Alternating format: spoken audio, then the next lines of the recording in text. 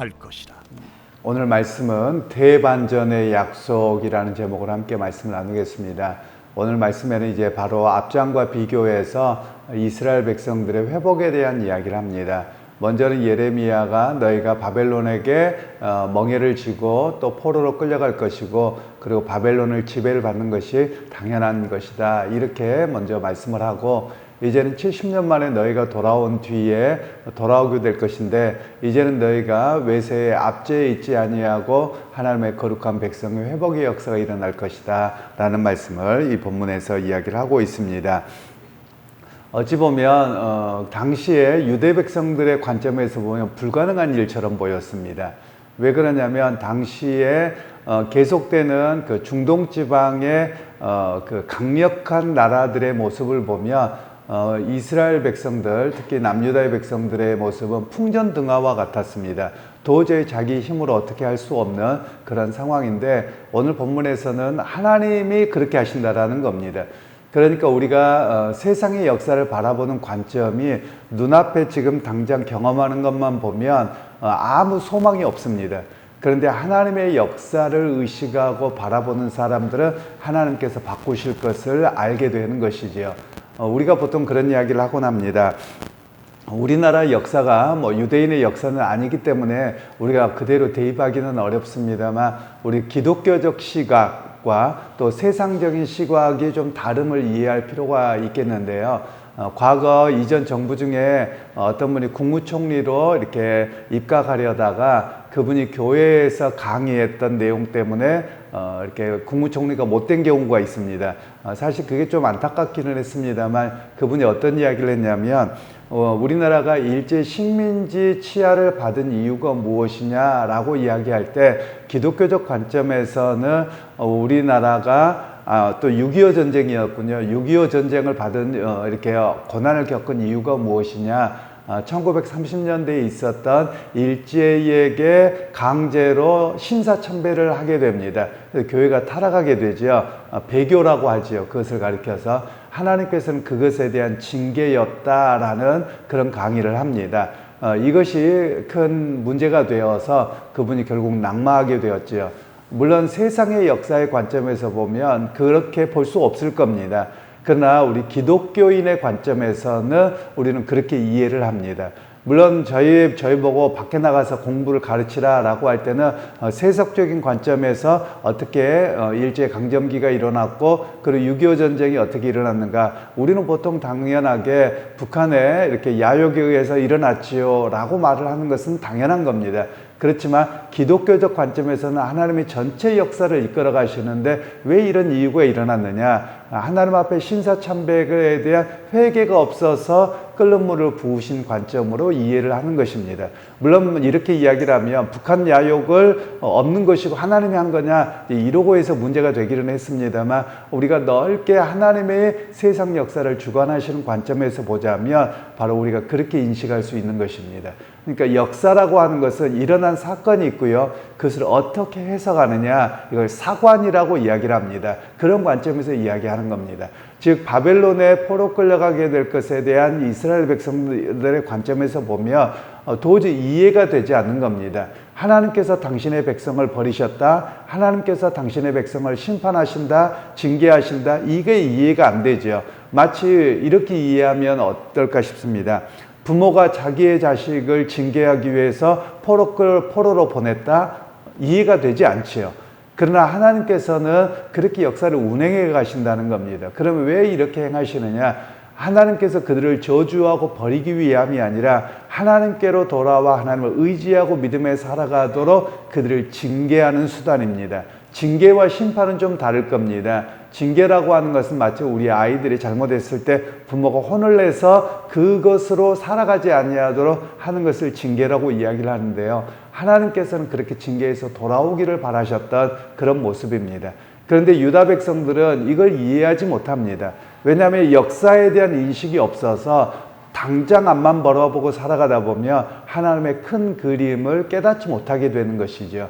그런 면에서 오늘 예레미야는 하나님의 큰 그림의 역사는 어떠한 것이냐, 지금은 너희가 바벨론의 포로 끌려가고 멍에를 맬 것이지만 70년이 되면 하나님께서 너희를 돌아오게 하신다고 말씀하셨다는 겁니다. 아마도 이 이야기를 들었던 유다 백성들은 예레미야가 무척 불편했을 겁니다. 언제는 바벨론 편들어라, 바벨론에게 멍에를 메고 갈 거다, 포로 끌고 끌려갈 거다, 그리고 바벨론의 지배를 받아들여라, 이렇게 매국노 같은 이야기를 하다가 이제는 또 딴 이야기를 하니까 과연 네가 정신이 있는 사람이냐, 이렇게 이야기를 했을 것입니다. 바로 그럼에도 불구하고 이 예레미야는 하나님의 말씀을 전하는데, 즉 유대 백성들 가운데 하나님이 역사를 운행해 가시고 이끌어 가시는 큰 그림을 볼 줄 알아야 된다, 이런 메시지로 말씀을 하고 계시는 것입니다. 즉 하나님께서는 한 개인의 운명도 바꾸시지만 한 나라와 민족의 운명도 바꾸시는 분이 우리 하나님이라는 것을 이야기를 합니다. 우리가 기독교적 관점에서 종종 그런 이야기를 하곤 합니다. 역사 속에서 보면 성경에 수많은 민족들이 있습니다. 그런데 그 수많은 민족들이 다 사라집니다. 사라졌다는 말은 그들이 몰살을 당해서 죽었을 수도 있고요. 자기의 민족의 정체성이 없어서 그냥 다른 민족에게 흡수 통합되어서 없어져 버린 그런 경우가 대부분입니다. 성경에 미디안 족속이다, 무슨 족속이다 숱하게 많잖아요. 근데 지금 그런 민족이 있다라는 이야기를 들어보지 못합니다. 그럼 그들은 어디엔가 흡수 통합되거나 그들의 민족의 정체성을 다 잃어버린 것이거든요. 그렇다고 보면 우리 한민족을 좀 생각해 봅니다. 기독교적 관점에서 보자면 이렇게 5,000년의 역사의 유구한 역사로 살아난 생존한 민족이 있는가? 별로 없습니다. 중국 민족만 하더라도 그렇게 되지 않았거든요. 그러니까 왜 이렇게까지 우리 민족이 살아남았는가? 기독교적 관점에서 보면 그렇습니다. 세상의 관점에서는 생존력이 강하다 이렇게 그냥 말할 것이고요. 우리가 기독교적 관점에서 보자면 하나님께서 그냥 풍전등화와 같고 다른 또 중국이나 몽골이나 일본의 침략을 받았을 때 그 민족으로 그냥 흡수 통합되기 쉬웠음에도 불구하고 왜 하나님께서 한 민족을 살아남게 하셨을까? 이렇게 우리는 생각을 합니다. 그런 면에서 본다면 하나님께서 이 시대에 가장 힘없고 연약한 민족이었음에도 불구하고 하나님의 거룩한 교회를 통해서 선교의 역사를 감당하기 위해서 하나님의 역사로 남겨둔 것이지 않느냐, 우리는 선교적 관점에서 그렇게 해석을 합니다. 그런 면에서 오늘 우리가 하나님의 역사의 큰 그림을 이끌어가는 것을 볼 줄 아는 그런 믿음의 눈이 또한 있어야 함을 말씀하고 있습니다. 그러면서 오늘 하나님께서는 유다 백성들에게 이렇게 징계를 하고 돌아오게 하시는데 그 이유가 뭐냐? 너희가 하나님만을 바라보고 의지한다고 분명히 언약을 맺었는데 유다 백성들이 그렇게 하지 않습니다. 눈앞에 보이는 먹고 사는 문제, 그것 때문에 우상 숭배가 일어나고 음란과 폭력과 온갖 것들이 일어나거든요. 바로 그것에서 회개하고 돌이켜서 하나님만을 믿고 의지하는 백성으로 부르시기 위함이었다라는 것을 이야기를 하고 있습니다. 그러면서 하나님께서는 우리로 하여금 동일합니다. 우리로 하여금 거룩한 백성으로 서도록 하나님께서는 하신다라는 말씀을 우리에게 하고 있는 것이죠.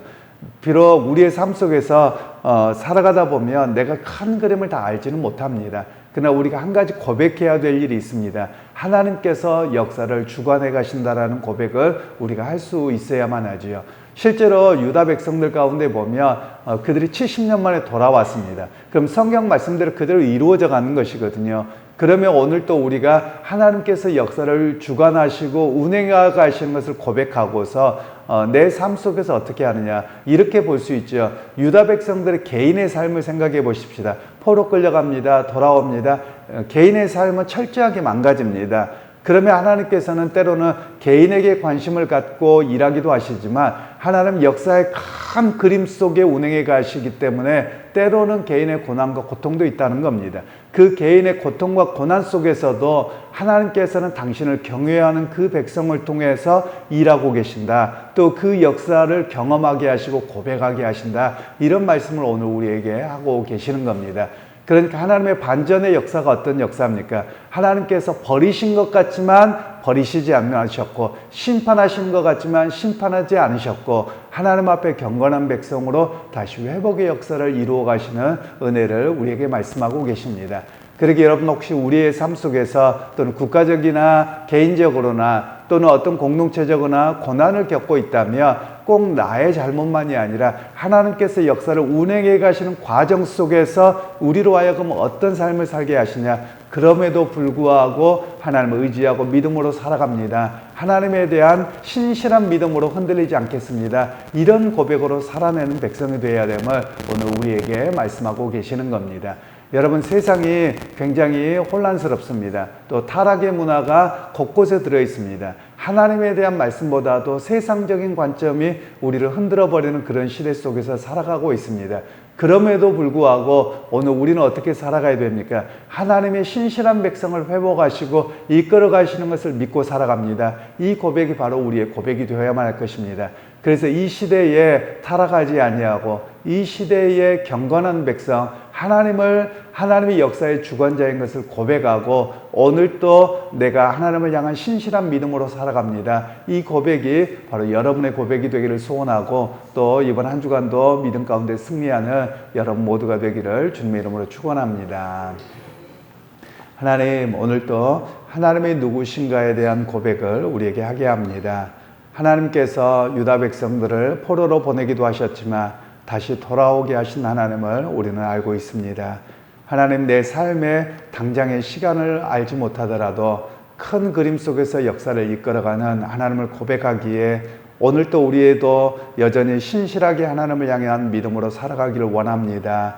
우리 하나님께서 우리의 삶을 지켜주시고 은혜 베푸시고 삶의 순간순간마다 놀라운 하나님의 역사를 경험하고 신실함으로 살아나는 우리 모두가 되게 하옵소서. 예수님의 이름으로 기도하옵나이다. 아멘.